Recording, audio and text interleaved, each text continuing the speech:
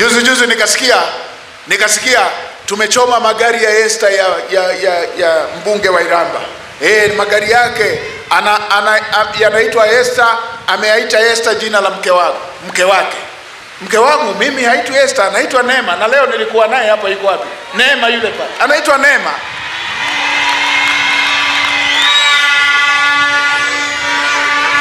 Mke wangu haitwi Esther, anaitwa Neema. Anasema basi kama sio la mke wake litakuwa la mama yake. Mama yangu binti wa Kiislamu anaitwa Asha Ramadhani Omari. Hamjui? Yuko hapa.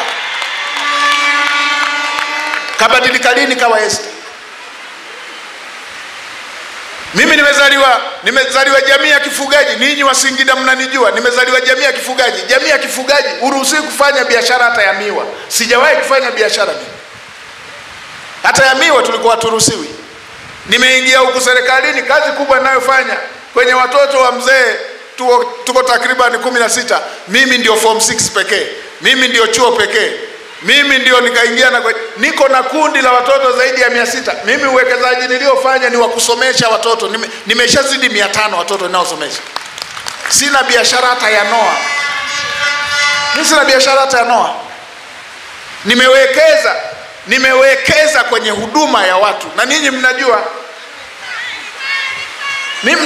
Mimi nimewekeza na nimekuwa na akilio kwamba kama nilikuwa nalalia gozi, nimetoka nina godoro.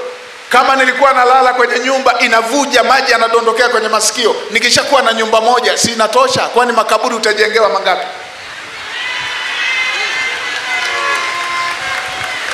Hawa wako bize kila siku, magari. Na Watanzania wakishaambiwa hili ni hili, mnahama na kwenye undugu tuliokuwa nao.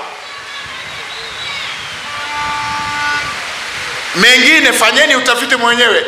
Fanyeni utafiti wenyewe. Moja ninalowaambia vijana wa Kitanzania, Mungu ametupa nchi nzuri inaitwa Tanzania, na Tanzania hii si mali ya mtu mmoja, ni mali ya Watanzania. Ilindeni. Haumkomoi mtu kwa kuiwasha moto Tanzania. Ni wewe mwenyewe. Ni nchi yako Tanzania. Sasa na Tanzania eti leo hii miaka hii baada ya kuwa tumegundua gesi nyingi itakayotufanya tuwe nchi yenye gesi nyingi duniani, ndio Tanzania ndio mwaka wa Tanzania wanachukiana. Katika miaka ambapo nchi yetu imegundua madini adhimu, critical minerals, rare minerals, katika miaka ambayo Tanzania imekuwa nchi chache miongoni mwa nchi chache zenye madini yasiyopatikana duniani, ndio Watanzania wanachukiana. Katika miaka ambayo Tanzania imeboresha bandari yake, Tanzania imejenga reli ya kisasa ambayo kwa dunia nzima itakuwa reli ya 5 kwa urefu, itakuwa reli ya kwanza kwa urefu Afrika, itafungua biashara za ndani ya nchi na nchi jirani. Katika mwaka ambao sekta ya utalii inakuwa, ndio Watanzania wamejifunza kuchukiana.